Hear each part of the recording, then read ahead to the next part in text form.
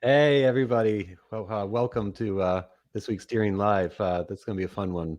This week it's your chance to ask anything, any burning question you have to our panel here, banjos, or even more. And our panel consists of Jamie Deering, Chad Kopotic, and Jamie Latty. So why don't all of y'all introduce yourself and talk about what you do at Deering.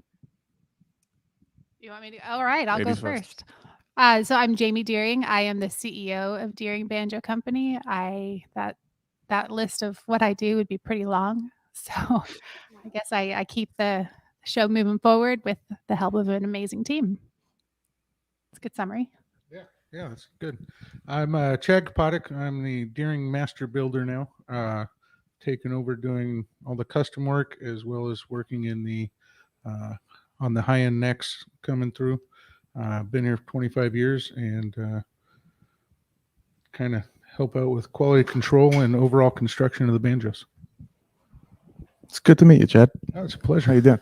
I'm Jamie. I'm the COO. I look after all things sales and marketing and generally try and support Jamie and everybody else on the team day to day. Also kind of sometime co-host of Deering Live. And everyone looks great. The whole audience looks wonderful. It's great to see you all. Terrible jokes. Well, we were talking a little bit about before we started about what y'all have been listening to lately. So just to get it going, why don't Jamie Deering, why don't you tell us what are your musical tastes of late? I should have kept my mouth shut. So of late, I have been known to be listening to the disco station on Pandora, especially when I'm cleaning my house because it gets me moving. That or the 80s station, of course. And then when I'm in a more soulful mood, I put on the Amy Winehouse station that goes back to a lot of amazing soul music. So that's my wide range. In my car, I usually have Bananarama. Anyone know that band? Wow. Taking That's- it way back. Actually, right now I have Nefesh Mountain because I That's got what's their on the CD. parking But lot when you yeah, pull up in the morning. Bananarama, huh? sometimes yes. Little things no one really knew about me. Yeah. What about you, Chad? What have you been listening to? Lately, I've been going way back to the Whalen and outlaw country days. Oh, nice. Getting some good old school flat picking in. It's been good. It's nice to listen to while you're putting the banjos together. What about you, Laddie? Jamie. It depends if I'm driving or if I'm at work. If I'm driving right now, I'm on a big kick of the Mars Volta, which is pretty progressive, kind of Hispanic rock type thing. It's really cool. I like it. It gets me fired up. But when I'm here lately, I've been listening to the new Baylor album a ton, and also Wes Corbett's album. It's really good. Yeah. Really, really enjoying that right now. Those are my two heavy rotations on Office Time Spotify right now. Very nice. Another little question to get things going, more for Chad and Jamie Laddie. What's your favorite thing about working at Deering? I mean, Chad, you've been there for what, 20 years or 25 years? 25 now. 25. Right. What's my favorite thing? Honestly, it's going out and seeing shows where the banjo's featured, as well as seeing just random customers come up and tell me that they play the banjo and they really enjoy it, because that gives a whole meaning to what we're doing here, aside from the day-to-day grind of just making things. It turns it into an instrument as opposed Yeah. to parts of an instrument that we're putting together. So that satisfaction of seeing it actually used in the real world is what kind of keeps me going. Nice. Yeah, I think I would agree with that, actually. Going out to like Melfest and other festivals, it's just kind of put faces to the owners and the people like creating the music, which is really far more satisfying than just kind of seeing them leave the shipping bay and then never really knowing what happens to them, right? It just kind of humanizes the whole thing. It's Right. really cool. And also the fact that it's a smaller company. We're not, this giant conglomerate type situation. Like we're a family-run business. There's about 43, 41 right now. 41 of us right now. And that's it. Like there's no like massive red tape of huge departments to run through and all that kind of stuff. Like we can figure things out pretty easy and get to work with good peoples like these guys and Dave and Jonathan, and it's all cool. Yeah, it's fun. Definitely. Well, Jamie Deering, what do you like to do in your free time when you're not, running a banjo company? Wow. In that free time that does exist, occasionally, I like to garden. Actually, not as much as Jamie's wife, Shalise. She's like the master gardener in our town. She's She'll love you for something to saying that. aspire to, but yeah, I like refinishing furniture. I definitely grew up hands-on in the factory, so I learned all of those skills pretty early. So, getting a beautiful piece and bringing it back to life is a lot of fun. During the holidays, I make wreaths for the family and friends. Have a rather large array of spray paint colors for pine cones. But yeah, other than that, hiking whenever I can, which has not been enough lately. Yeah. What about you, Chad? What are some of your hobbies? My hobbies. Well, aside from camping, which I absolutely love, being out in the middle of nowhere, away from everything. My lovely girlfriend and I make wooden earrings out of reclaimed banjo wood, just kind of as a side gig to keep our imagination fresh, and that's our big kind of hobby on the side. They're really rad. They're coming soon to daringbanjos.com. I was just going to say that we have some exclusive sets of earrings from the Wooden Ear. Thewoodenear.com. If you'd coming like. to daringbanjos.com. It's been Good a plug. lot of fun. Yeah. Do a little hand painting and take anybody's request in an earring and make it happen. Nice. What about you, Jamie Latty? I'm a dad, so that's essentially my main hobby, and that takes up all the time in the world, and it's great. We're a big rugby family, right? And we watch it. My kids play it for a local San Diego club. I look after all the social media and email for our club as a volunteer on the side. So a lot of time's taken up with that, and then just kind of DIY and helping my wife out in the yard and grow stuff. Hopefully, we have chickens. We have all kinds of stuff going on. So there's not a whole lot of free time, and I play music occasionally too. Not so much these days, but yeah. Very good. Well, let's dive into some of the questions we got from our subscribers through email and our watchers of Deering Live. So this first one's for Chad. Everybody can answer, but I'm going to focus it to Chad. And it's about a broken neck, not a common, but it can happen when an accident happens. And so Tommy Gooden says, I was given a Boston 6-string after a death in the family and accidentally broke the neck in transit. My question is whether or not I could convert this banjo to a 5-string, since that is what I once took lessons on. I would need a new neck, strings, bridge, tuner, and possibly more. Is it possible for you to put together an estimate for parts like this? Can this be done? I would say. Well, of course. Yeah, we can make a replacement 5-string neck for it and use basically just the rim, the pot assembly, and the resonator on it.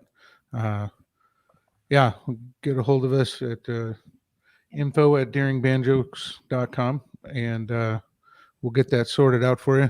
We have a wonderful repair guy, Sam, that does excellent work doing that kind of stuff. So it's definitely possible. Off the top of my head, I have no idea what the cost would be, but Sam will take care of it for you.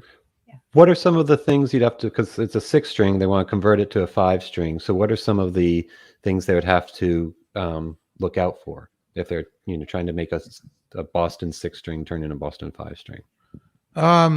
It'd be a pretty straightforward swap. There's not a whole lot of finagling that would be needed. A new tailpiece, go from the 6-string to a 5-string tailpiece would be ideal. Depending on how old it is, maybe put a new head on it. And The tension hoop you would have to change, correct? no, not necessarily. It would just Because the notch is different at the depending, neck. yeah, depending on the age of the instrument as to whether or not it has a notch for the strings to go through. Gotcha. If it doesn't, then it doesn't really matter. We'd just put the 5-string neck on it. Cool. The 6-string would have a bigger notch, but it wouldn't affect any of the playability or anything. Right. It If you're also going has- the other way, turning a 5-string to a 6-string, you Right. might have. Right. Then you'd need bent hooks and the bigger slot for the strings to pass through the tension hoop, as well as a different tailpiece and all that again. Gotcha. So not a whole lot to worry about when swapping from a 6 to a 5, but a 5 to a 6 is it's a bit more involved for sure. Right. Right. And what about talking about that broken neck? Is there anything, Chad, or anybody, when you're traveling with your banjo or just bringing it out of the house to protect it from breaking? Because they said they actually broke it in transit. I'm not sure how, but well, I guess maybe about flying would be the first thing. Any tips on flying with the banjo? Yeah, TSA is notorious for being ever so delicate with everybody's instruments. You can ask Jens Kruger about that one. Yeah. One of the big suggestions is to support the peg head itself. Our cases that we have made that ship out with the Deering banjos have wedge supports that keep the peg head supported, so there's not flopping around. Doesn't have a bunch of dead space around the peg head for that head to snap off if it was to take kind of an impact. If your case doesn't have those wedges, wrap it up in a t-shirt or a towel or something just to keep it nice and cushioned between the lid and the interior of the case. Yeah, the other thing that we do when we ship banjos new from the factory, and so if you're flying or maybe if you're relocating, you're traveling across the country like a fair distance, take some blue painter's tape or something like low adhesive tape and just cover the resonator screws. What can happen if it's like a long haul transit is that the vibrations, they can work their way loose, and then you've got a rogue screw kind of bouncing around on the inside of the case. So try and secure those down. Blue painter's tape is essentially what holds Deering together. Yeah. We use it for we use it for everything, and that's what we use when we ship new stuff out. So if you ever have a new banjo from us and you see the blue tape, that's what it's there for. Yeah, and to answer on the flying part, I would definitely say, if at all possible, carry it on. There's a few different tricks depending on what airline, and if you know that the people who work that airline in your city are friendly. I know in San Diego, if you're doing Delta, they tend to be very friendly because some of the pilots are musicians. Sometimes they've even taken my instrument on for me when they see me holding it, which has been amazing. And often the stewardesses will let you, if you ask very nicely, put your instrument in the first class closet if there's room. If you have a gig bag, you can sometimes wear it like a backpack and you're already on the flight before they realize you have it. And pretty much always I can get room in the overhead. So those are some of the successful tips for flying. Yeah, definitely flying. I definitely, usually use a gig bag and bring it on, and you can get into the overhead. Banjos, you can fit there. Guitars are harder. Yeah, even hard shell cases with banjos, not flight cases, but hard shell can fit in the overhead pretty commonly on a normal or large plane. Yeah, the other one last thing, I don't want to spend too long on the question, but the people underestimate the importance of a good case and good protection. It's an afterthought sometimes. You can get a hard shell case for $70 from somewhere, and it's not built for flying or for heavy impact at all. Even if you have a good time banjo that may have a gig bag that's cool for the overhead, never ever check it in on a flight with that bag. And honestly, don't check it in unless you've got a really robust case from a well-known manufacturer like a Deering case or even an SKB or TKL or somewhere along those lines. Or Carlton. That has Carlton is awesome, but they're getting up there in price. So there's many options. Just don't settle for the cheapest, thinking it's going to provide the same amount of protection. It's not. especially when the banjo is as heavy as it is. Yes. Also, my last input. Gotta have the last Quickly, word, this guy. Is if you're putting your instrument in the trunk or in overhead, make sure it's fingerboard side up and not fingerboard side down. The fingerboard side down, if it was to take a good bounce, causes that whiplash that causes the peg head to fall off. Gotcha. It's not the wood's fault, but the angle of the peg head and all that tension gets the good snap, and it'll rip that peg head off. So Yeah. Right. Yeah. Good advice. Yeah. This next question I'm going to take the lead on, but then y'all can definitely, everybody can chime in on it. So the question is from Chris. It says, it seems that a good number of professional banjo players today didn't start playing until their teens, some as a second instrument. Do you think that's coincidence, or do you think there's something about banjo that lends itself to a later start? Unlike fiddle, for example. My almost 2-year-old is showing a lot of interest in my Vega, and if the interest keeps up, I'd love for him to play someday. So also, if you've seen or heard about smooth ramp-ups to full-size banjos, like starting with the ukulele, kid-size, good time, etc., I'd be interested to know. So for the top half of that question, I would say, I mean, I started when I was 14, but it was my second instrument. I played piano first. And I would say I could see how that isn't a coincidence, because it's not, the banjo isn't as mainstream as like a piano or other instruments, and so you might not be, in my experience, my family wasn't around banjo at all, but my parents wanted us to have music lessons, so we all took piano lessons.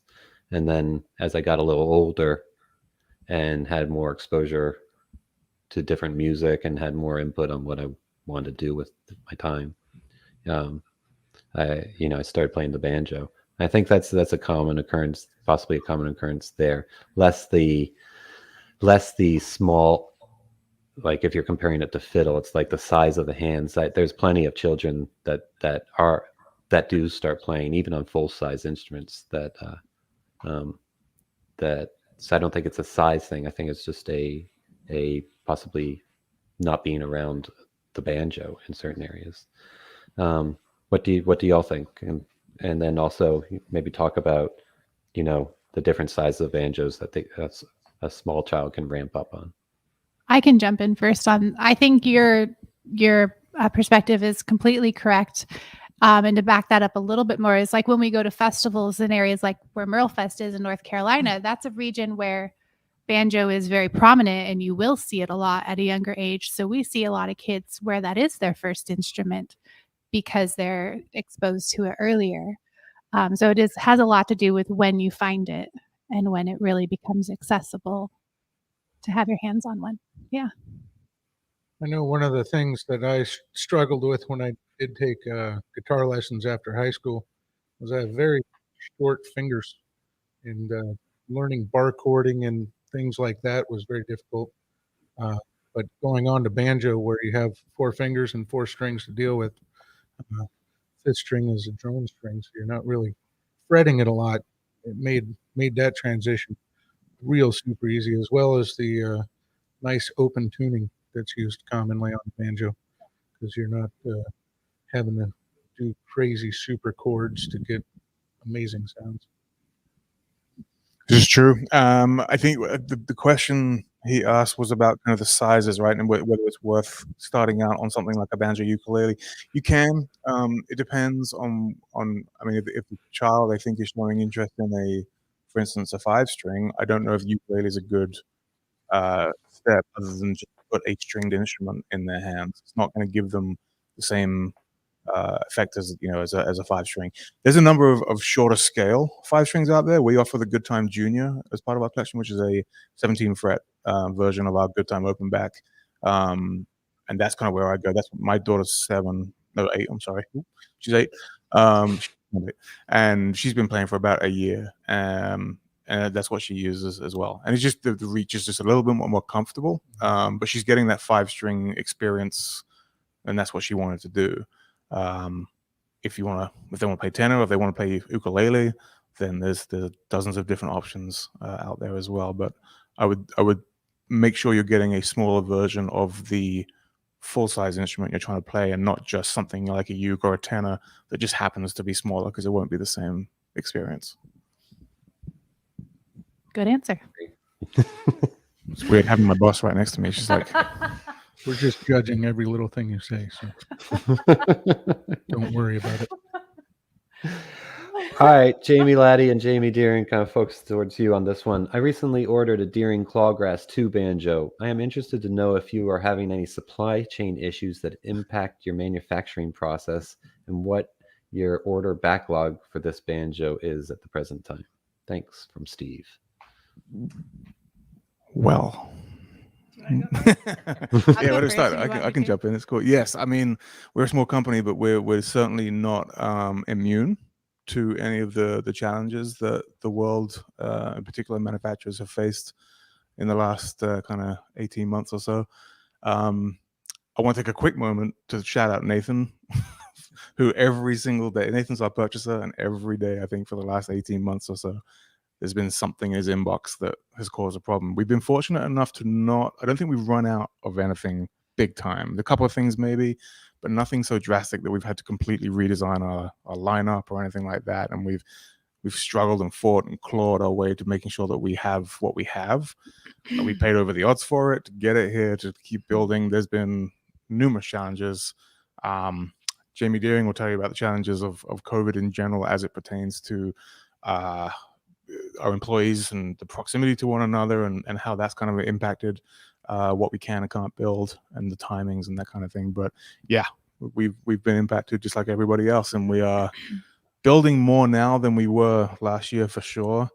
But I don't know that we would have been able to do much more just from a standpoint of being able to get materials. Right. And then you kind of couple that with the massive demand that we've had, and we're doing every single thing we can. Karen, I'll come back in. Yeah, no, that's exactly right. We have it's by no means just us or just the music industry. It's really every industry. We've been lucky enough, being American made, that a lot of our stuff hasn't been as affected. But even if it is an American product, some of where they get raw material from has been delayed. And that is where the slows happen. We early on worked so hard to increase what we were ordering, because it was taking sometimes 10 times as long to get something that we have always ordered. And so we've had to incorporate that into how much and how often we get products, like raw materials, in. Last year, with all the regulations on social distancing, we could not fit anyone else in the building. So even if we had the raw material, we could not have increased to then deliver more quickly. Though we wanted to, we couldn't. And then when that stopped being as much of an issue, we couldn't get enough raw material in to stably increase. So that's been definitely a challenge. And we've done, as a team, an amazing job of not running out so we can maintain what we're doing. Now we're just working on getting ahead of the curve to potentially be able to increase what we're doing. So that's, yeah. Yeah, and to the question on the gentleman with the Clawgrass 2, it's tricky because we have many of those on order right now through various retailers around the country and probably the world. We don't know which one's yours. So what I would advise doing is either writing in info@deeringbanjos.com, or you can call us, ask for Andrew Pizzoli or David Vega. Tell us where you got it from and who you ordered it through, and we'll try and communicate with that dealer directly and try and figure out where you are in the line and try and give you a bit more of an accurate time. Mm-hmm. That's the advice I would do. But thank you for your patience. Yeah. A lot. We're doing everything we can and then some to make sure we don't fall behind. So. Literally, yes. Yeah. This next question is in the chat here from Nico. Maybe Chad take it first off, but everybody can definitely talk about this one. I have this beautiful White Lotus banjo. Whoop, it just bounced down. There is no tone ring. I cannot hear the difference between a banjo with or without a tone ring. How is that possible? So maybe talk about, you know, the tone of the White Lotus, and then maybe talk about, you know, the different tone rings we do produce and what you might hear. The White Lotus is kind of a cool anomaly. It's a solid white oak instrument, so even the rim construction is 3 plies of white oak with no tone ring on it. And when we first started looking at white oak as a possible tone wood, we put a tone ring on it, and it was like 2 cats fighting in the back alley. It was atrocious. Having a tone ring on the oak was just disastrous. So we took the tone ring off and tried it just on the wood itself, and it was amazing how much punch and vibrance the wood had. It still had kind of a warm wood sound, but just this loud crunch to it that you normally don't get off of wood. Right. So that's why the White Lotus banjo doesn't have the tone ring on it.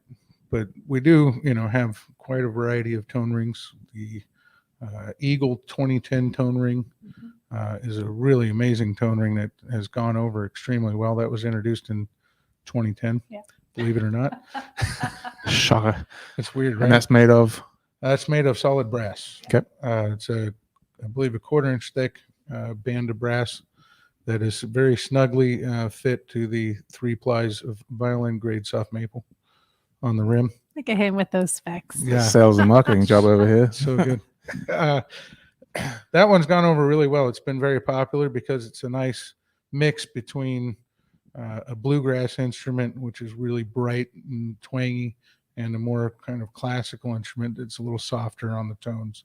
Yeah, and lighter. It's yeah. a little lighter than the traditional bluegrass tone ring. Yeah, it doesn't. The tone ring itself is lighter, and the flange construction is a bit lighter. So you knock off a good about 3 pounds or so. Yeah, I think they come in at around 9.5 Mhm. pounds, something like that, compared to like a Sierra, which 13, 14 yeah, pounds. somewhere in that realm. Yeah. Les Paul weight. Yeah, The guitar, not the man. right. That's a good one. My favorite tone ring is the Vega Tubaphone tone Oh, ring, going back to the very old school classic construction. That thing has just an amazing old timey kind of sound. Mhm. Good vibrance and punch, but warm and mellow. And then we have our famous 20-hole 06 tone ring, developed in 06. With the We're help, really good at naming we're stuff. so good.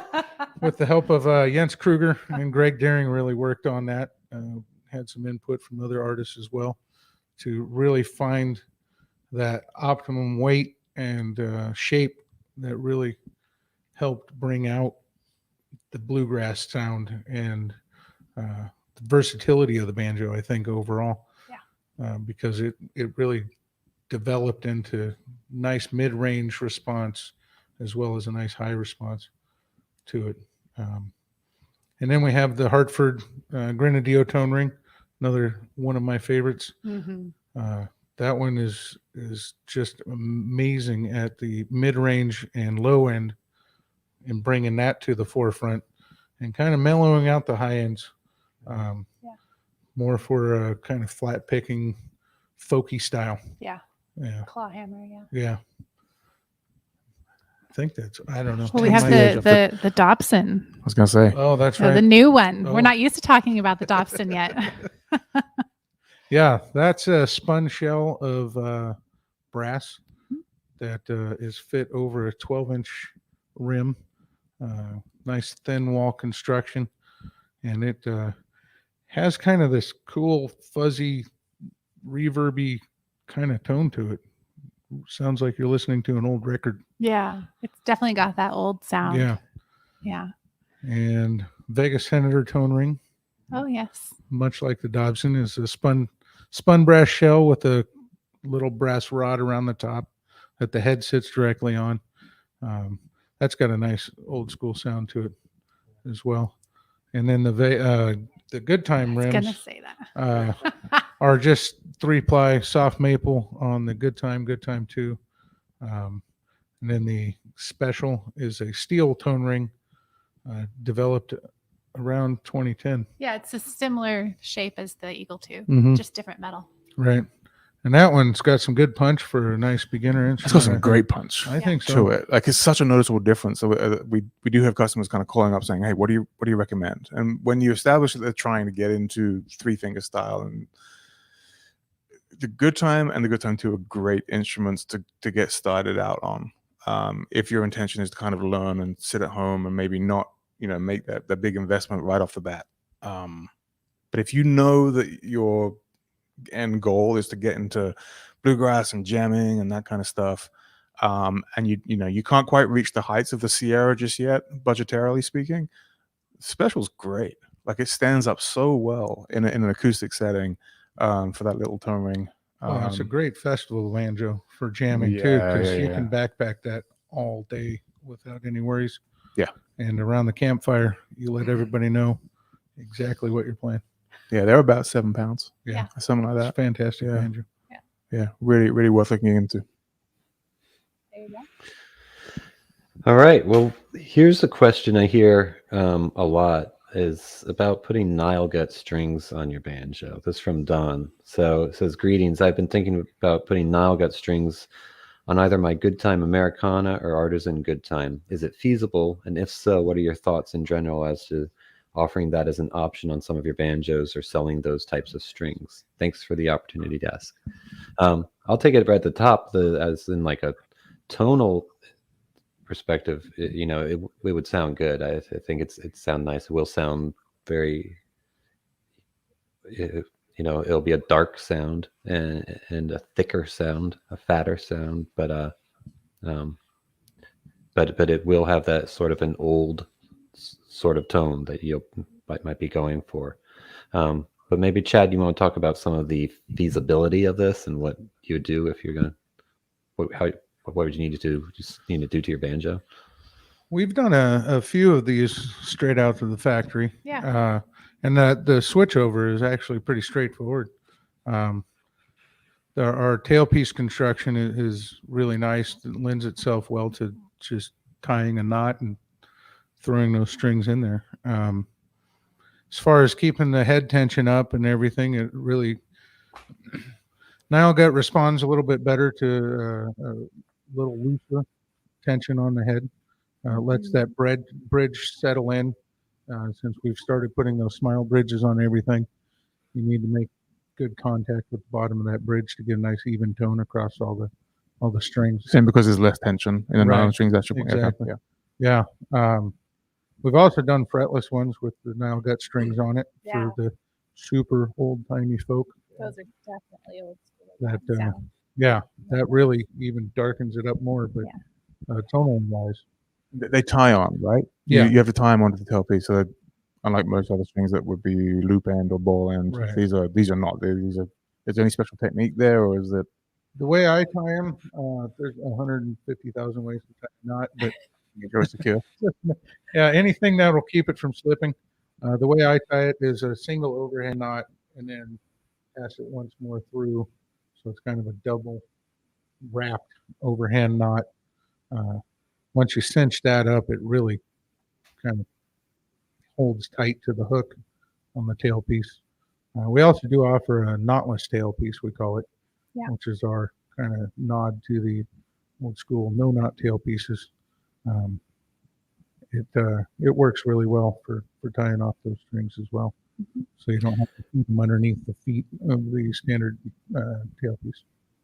And so putting it under the standard tailpiece, it doesn't have any chance of cutting into it, like snapping that Nile gut there.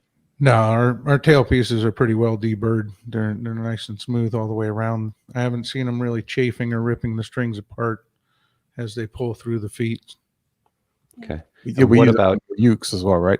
So it's the same principle as the ukuleles, and we've been doing those for 6 years. Yeah, correct. Yeah. No issues there at all. Same principles. Yeah.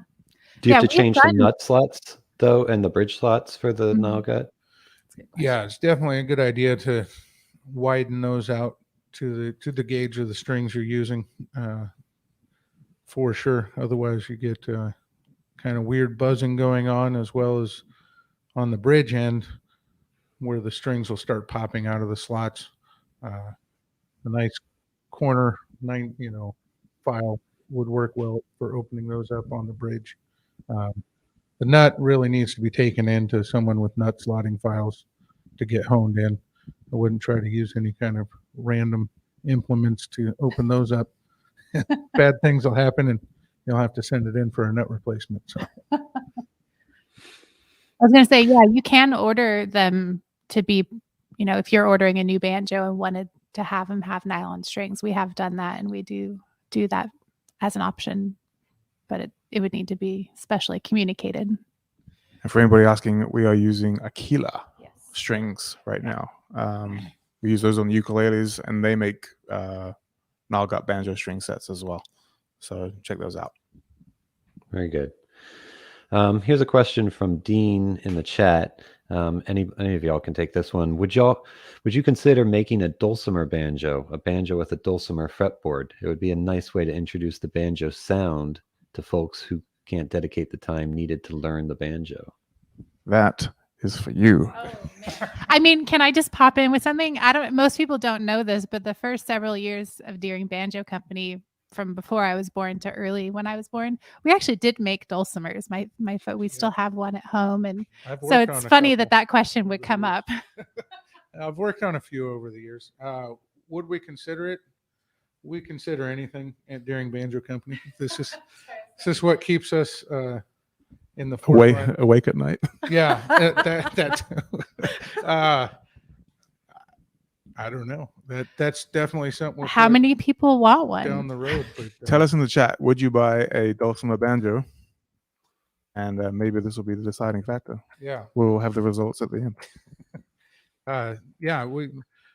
Deering has made its kind of living on catering to everybody's sound.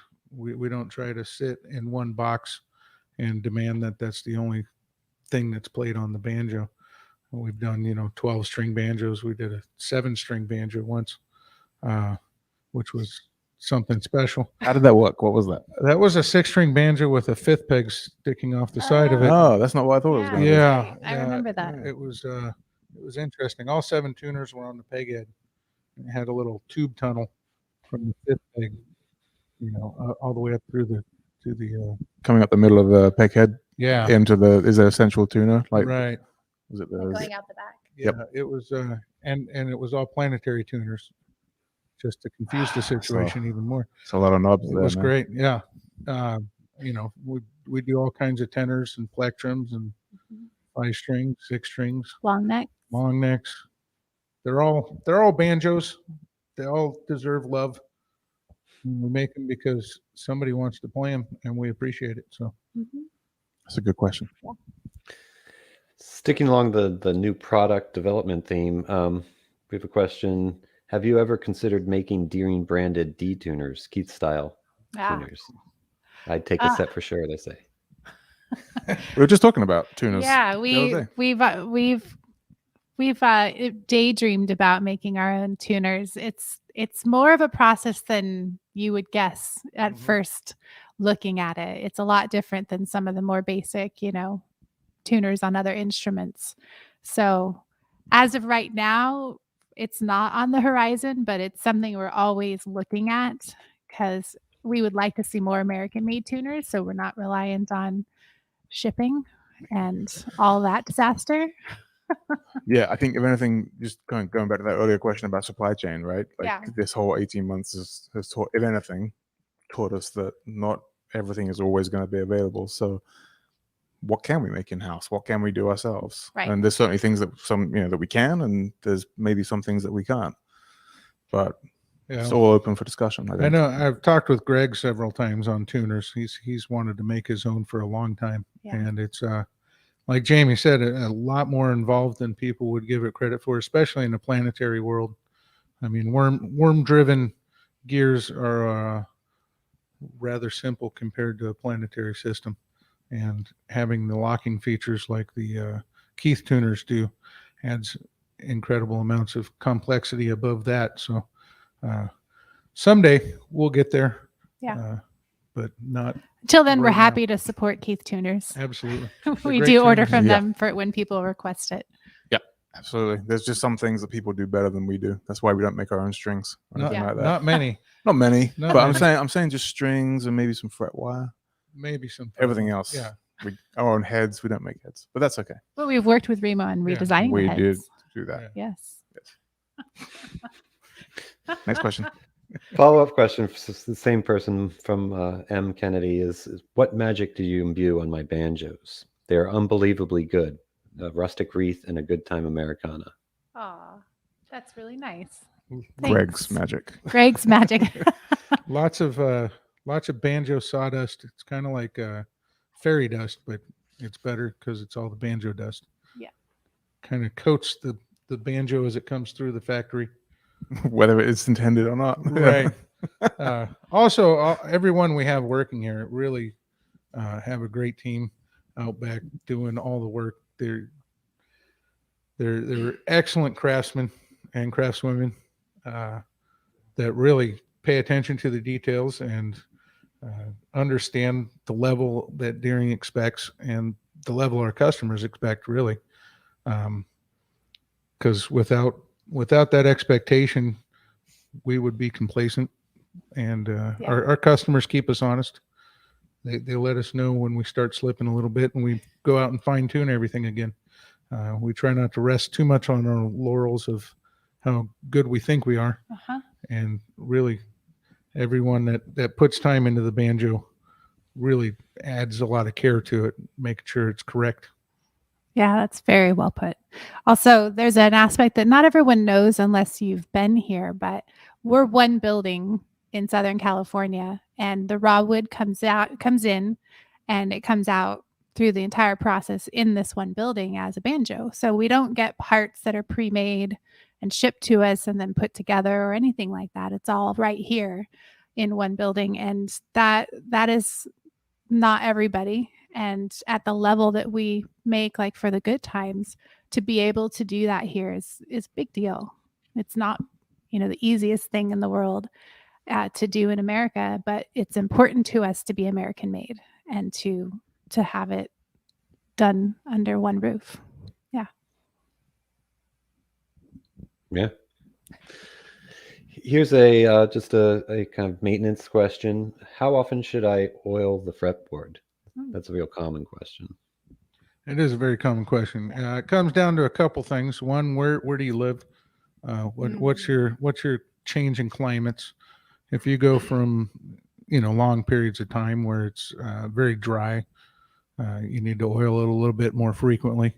I suggest cleaning and then oiling. Don't just keep slapping What oil oil on it. would you use? We use linseed oil leaving the factory. Just a good boiled linseed oil.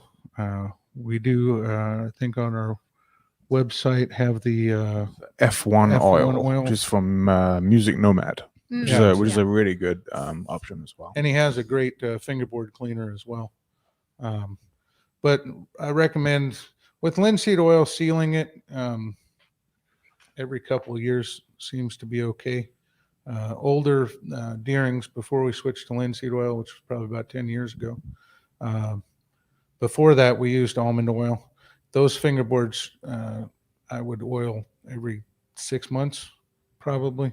That they don't seal and dry out as much. The oil doesn't seal and dry as well as the linseed oil does.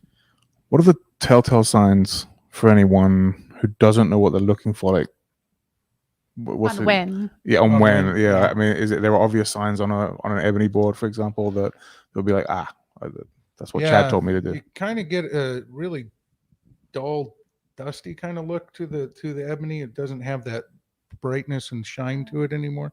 And on the unbound fingerboards, you can start feeling the frets start poking out almost on the edges of the fingerboard. When that happens, that means the fingerboard's kind of contracting and needs some good moisture and lubrication to bring it back to life and send it back to its normal shape. Had a lot of those calls around about April and May of 2020. Yeah. When everyone was getting their when people banjos started out. putting their banjos back out, having not played them for a year or two, and they're like, "Wow, my frets are really sharp." Yeah. Yeah, that's and- how Daring Life started. Yeah. That's how Daring Life started. I was trying to explain that. And to clean the fingerboard, strongly recommend the fingerboard cleaner that Music Nomad sends us. It's really good stuff. But some good 4/0 steel wool. Give it a good scrub and get all that. No offense to anybody out there, but fingerboard grime, finger grime It's true. off of the frets. It's a thing. Yeah, and off the ebony before you oil it.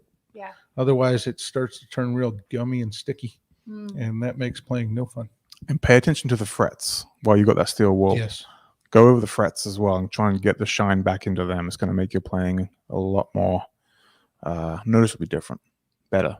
So go for it. And if you live in a humid climate like I do in New Orleans, you don't really have to worry about the oiling the fingerboard, or do I? It's important to still oil it every couple of years or every year just to keep it sealed, because everybody's skin has different acid amounts to their oil in their hands. Some people, like I'm fortunate, I can handle nickel plated parts all day long and not leave any marks. Other people look at it and they leave corrosive fingerprints on there. So for longevity of your frets, as well as a clean, smooth fingerboard, it's good to clean it and oil them at least once a year, I'd say. A few other setup questions. How often should one replace the bridge, and how can you tell if it's needed? Big questions. The bridge, the Smile bridges that we're using now, we'll call them Smile because they have a nice curve on the bottom of the bridge where it meets the head. Last quite a bit longer than the old school flat bridges. One thing most important to look for is kind of sight down the side of the ebony on the top of the bridge. If you see any kind of sag to that ebony, replace it. That's first and foremost. If it's starting to sag, that means the bridge is starting to break down and it's no longer relaying the response of the strings into the head. That wood is starting to deteriorate and it needs new wood put on. That's the first thing I tell people to look for on bridge replacement. How often? It all depends on how often you play, how well you maintain the rest of the banjo, keep the head up to tension. If you let the head loosen too much and don't keep that tight on a regular basis, that bridge starts breaking down a lot faster. So Just make checking that part of your kind of routine maintenance. Maybe when you're doing a string change or something, just sight down, make sure it's all good. If you're taking the bridge off, like in this guy's very popular string change video, it's a very good one. It's a very good one, soon to be reshot, right, Jonathan? Yes. And he, if the strings are off the bridge, you can take like a flat rule or anything like that is square and flat, and just put it on top, and sometimes you can see a real noticeable gap that isn't as obvious with a naked eye until you put something on it and go, whoa, it's got a real steep curve in it, and that's the first sign. DaringBanjos.com for your bridge needs. As well as the technical videos on how to replace a bridge and strings And set intonation and stuff. and others. Yes. All of the above. Hey, can we real Another- quick before we go jump in to the next one? Because speaking of maintenance and whatnot, we got to give a quick shout out to Mr. Chad for his new piece of merchandise available at DaringBanjos.com. For those who haven't seen it, he's got his own T-shirt, ladies and gentlemen. Can we bring it up? There it is.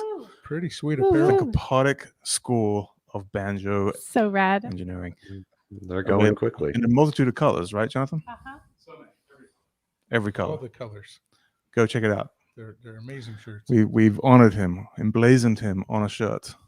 Beard and amazing hair and everything. Yeah. There you go.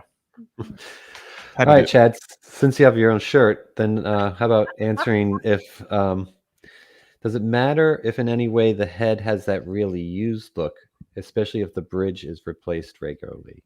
Like, is it okay to have an old head on there? Does it really, or Oh yeah. What would you say? The nice thing about the banjo is the amount of personalization you can do for the tone. Um, if you have an old played-in head and you love the sound of it, don't touch it. But heads, do wear out, and they maximize at a certain point how far you can adjust them. And once it bottoms out where the heel meets the pot on the neck attachment, the head can only go so far right there. Once it hits that, you kind of have to replace the head. But we've had plenty of banjos come in for repair where the frosting is played through, or even on fiber skin, the fibers played through all the way down to the melamine underneath, or the mylar, sorry. Where the customer requests, do not touch my head. Do not call me with a replacement option. Leave it alone. I've worked hard to make it look like I play this every day. So really, it's a personal preference. If you like a nice, shiny, clean head, DeeringBanjos.com. Are we still on, John? We are. I can hear you, but we Can you hear can't me? see you. Okay, we can carry Yeah. on while we. So carry on.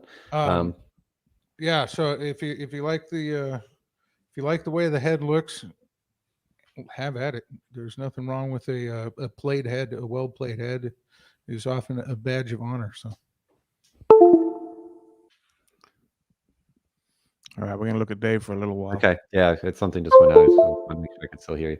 But and let's see, Jamie, Niels Larson is asking, hi, just out of curiosity, how many banjos do you produce a year? All the best.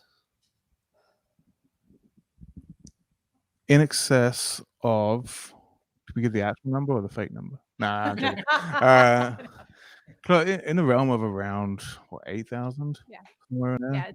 Yeah, it ranges between 7 to 8.5.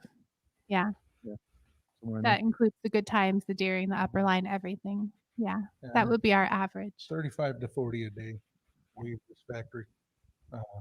Obviously more of the good times than the deering lines, but it's a lot of banjo. Yeah. And every day we're amazed and very happy that this many people are requesting them. Yeah, we are very close to 200,000.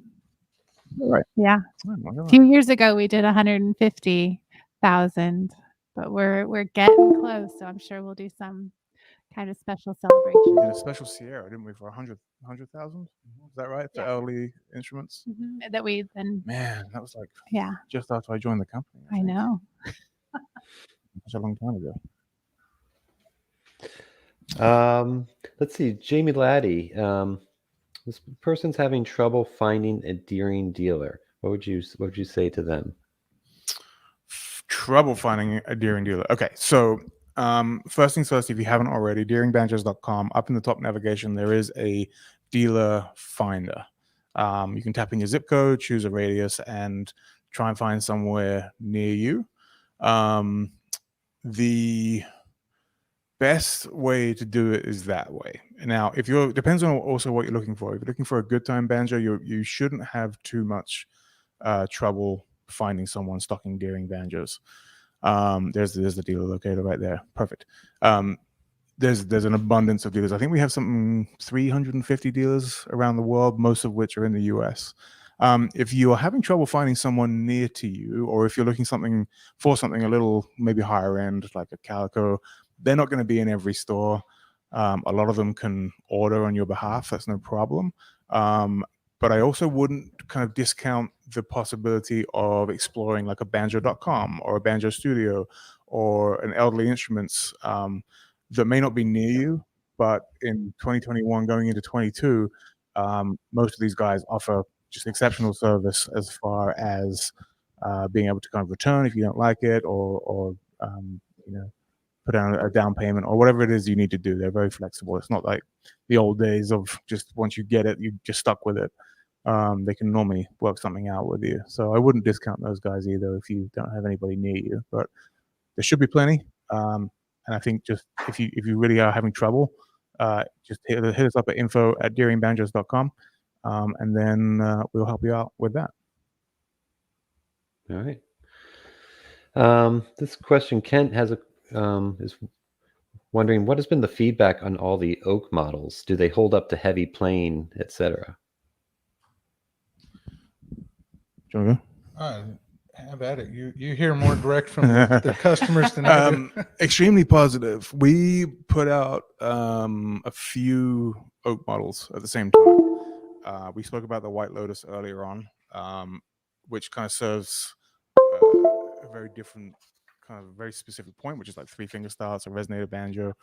At the same time, we put out 2 or 3 Vega open back banjos, and they have all been extremely popular for different reasons, though. So I think the White Lotus, and just because there really isn't that many lightweight options for banjo, and so that's a really, really good option for the 3-finger player who doesn't really want to kind of sacrifice on tone. The open back Vegas kind of served a bit of a different purpose because they're already fairly lightweight. So that wasn't really the factor. It just really lent itself well to a very robust tone. So when you look at the Vega line in the white oak models, the only other one that doesn't have a tone ring is the Old Time Wonder and the Little Wonder. And there's a big difference between the two. If you take a all maple rim Little Wonder versus an 11-inch white oak, the white oak just seems to be a bit more robust in its sound, is a bit more sustained.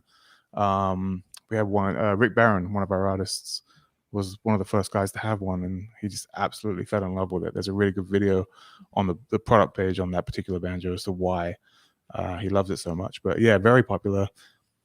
Then we released the Vintage Star, and that seems to have kind of taken over as far as the open back side, as far as we're concerned. And so the white oak is certainly in the court of the White Lotus right now. Yeah, and I say my dad, I could also say Greg Deering.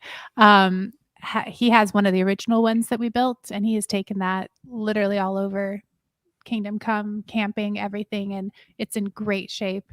His favorite wood now for banjos is white oak. He loves it. So pretty much anything he makes for himself is now white oak. Yeah, any I've seen come back in for minor adjustments and repairs have been in wonderful shape. Oak is, I mean, traditionally a very robust wood by itself, used in furniture and houses for many, many years. So it's a great, robust wood. Fantastic for travel because it's lightweight and easy on the ears. On the wooden ears. Oh, I see what you did there. .com for your earring needs. Well done, John, who got us back up online. Hey. Yeah, it's good. You're back there. Here's a question from Kathy P. And I'll take the top of it. I have a Sierra banjo. It seems like the 5th string is always louder than the other strings and sounds off. No matter how much I tune it, it never helps. Any suggestions? Well, the first thing, I think there's 2 parts on there. There's a play. There's a playing technique part, and there might be a banjo setup. So the technique part, the thumb is naturally a stronger finger. So naturally the thumb, which will be playing the 5th string, it's gonna be playing harder. So you want to play slowly and really practice trying to make, and it's a different pick than the other picks. And it has a plastic pick and the other fingers are metal picks. So they naturally sound different. And you really want to work hard at trying to make the thumb and the fingers sound the same, no matter what string you're playing. And so just play slowly and play with a light touch. Really practice as light a touch you can while still getting the full sound out of it. The best players in the world all have very light touches, but they're getting an extremely big sound. And then there might be a little bit of setup, a question that you want to take, Chad, if you want to dial back that tone. Yeah, if your string is sounding off, of course, first thing I would look at is one, head tension, making sure the head's tight. Without a good tight head, if it's too loose, you can't intonate properly. It's just so sloppy in the movement of the head that the bridge placement kind of becomes unmanageable. So first, always is make sure that head is pretty snug. And second is check the intonation. The bridge placement is just as important as the fret placement on the neck. Unfortunately, the bridge isn't set like a fret. It moves around and needs to be properly placed. We did a good video on that on our on how to intonate the banjo, because it is a common thing that needs to be checked and maintained. So making sure that bridge is exactly where it needs to be will hopefully help solve some of that problem. Very good. Yeah. Here's another question. Jamie, did you have I something? was just going to say we're coming to the top of the hour, just so you know, and I know that a few of us have appointments and whatnot, so I don't want to just. Okay. I want to make sure that we're all good. Well, yeah. We'll start to wrap it up. Let me run into this question real quickly that I started. This person is talking about putting their banjo away for a while, and if they need to loosen the strings or anything to so that they don't damage the neck. If let's say they're going on vacation for a couple months and they're going to touch the banjo, do they need to do anything special to the instrument? I'd suggest it on a good time banjo that you drop tune the strings a bit.